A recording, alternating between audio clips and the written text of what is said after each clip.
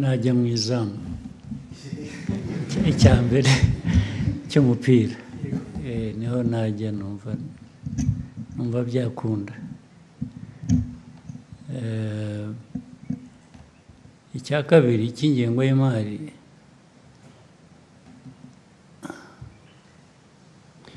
uko igihugu gikura ko n'isi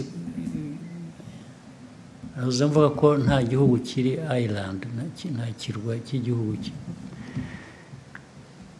muri actually nuba ufunga mukanda nuvuga ngo mukoreshe neza bike dufite, nicyo bivuze, kubera ko hari byinshi dushaka gukora birenze ibyo dufite. Iyo ufunze umukanda rero ni ukuvuga ngo wongera ibyo washoboraga gukora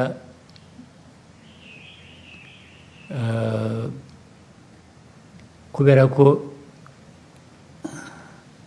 warondereje usigira ibitari byabonye. Icyo ni kimwe gitandukanye n'ibyo bindi. Rero budget ushobora gukoresha mbere y'uko unayigena uhereye kuri ibikenewe, urabanza ukareba ariko ibyo ufite ni ibiki, bingana bite.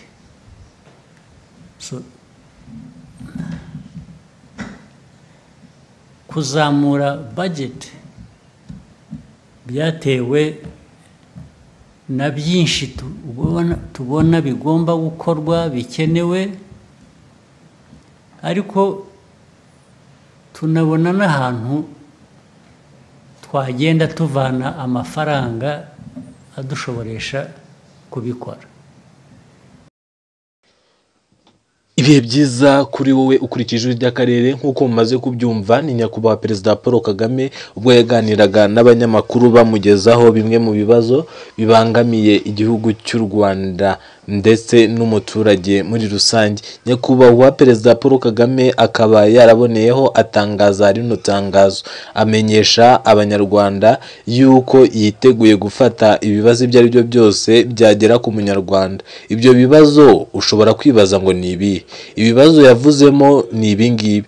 Yavuze yuko umuturage w'umunyarwanda atazigera agerwaho ingaruka n'imfashanyo zahagaritswe n'amahanga, kandi ibingibi nyakubahwa Perezida Paul Kagame akaba bitangaje nyuma yuko ibinyamakuru byinshi bigiye bitandukanye bikorera ku murongo wa YouTube ndetse n'izindi mbuga batangaje yuko yitabye Imana. Nyakubahwa Perezida Paul Kagame akaba yaranabivuguruje muri iyi meeting yagiranye n'abanyamakuru, anabivugaho.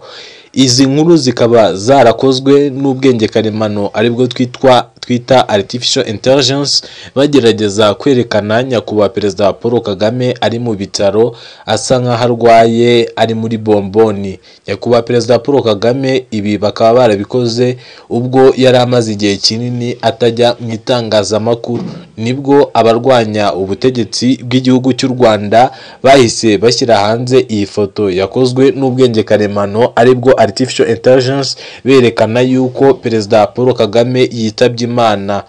Nyakubahwa Perezida Paul Kagame ikindi nakubwira yavuze muri iyi meeting yagiranye n'abanyamakuru ni iki ngiki.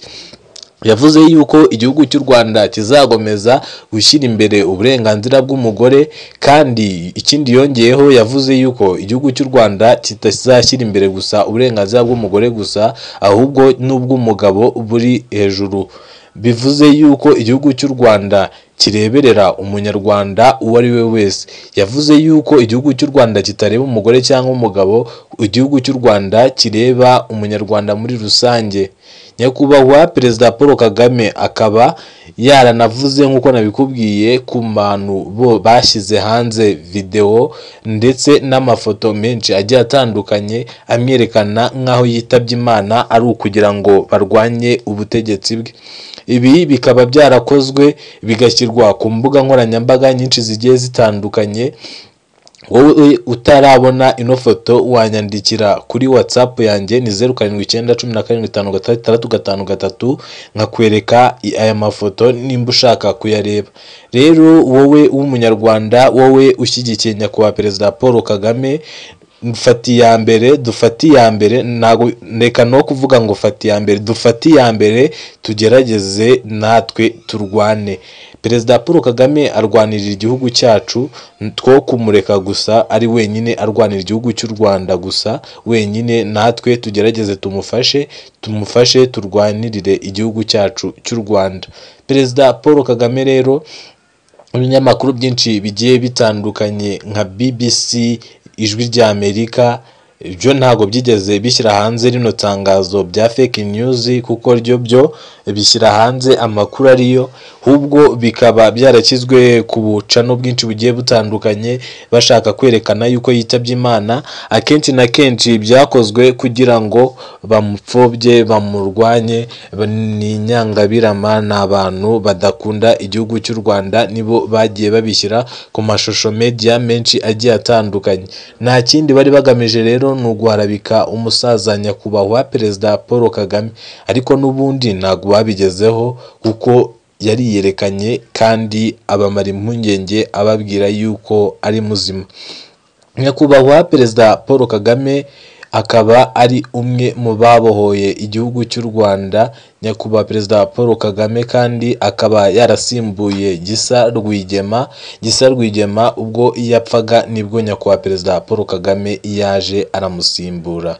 Nkwibutsa kandi wowe utarakanda subscribe hano ku Ijwi rya Amerika, bikore kugira ngo buri video iyo ari yo yose twauploadinze igiti kugeraho gatanu ku kandi ikindi tugiye kujya twauploadinga video ebyiri ku munsi kugira ngo abantu badukurikira baticwa n'irungo. Icyo usabwa gusa ni ugukanda subscribe, kandi iyo wakanze subscribe urebe nimba warakanze kuri kazogera kugira ngo buri makuru ayari yo yose twauploadinze ajye akugeraho gatanu ku kandi. Wowe ukunda Nyakubahwa Perezida Paul Kagame, wowe ushaka yuko igihugu cy'u Rwanda gitera imbere, wowe wifuza ibyiza ku gihugu cy'u Rwanda, sharing ino video ku bantu benshi bagiye batandukanye, tugerageze kandi unashyire muri comment ijambo ryerekana yuko uri kuri perezida, ufana Nyakubahwa Perezida, kimwe cyose akorera igihugu cy'u Rwanda umuri inyuma. Tugomeze kubake igihugu cyacu dufatanyije na Nyakubahwa Perezida Paul Kagame. Wakoze, Imana iguha umugisha. Nge twabanaga ni Mimbirwa Aime Theodore, ku mazina y'umunyamakuru ni Theo. Murakoze, Imana ibaho umugisha. Ndakreatinga groupe kugira ngo tujye duhuriramo duhuze ibitekerezo ku makuru ari yose twagiye twumva. Murakoze, Imana ibaho umugisha. Ciao ciao.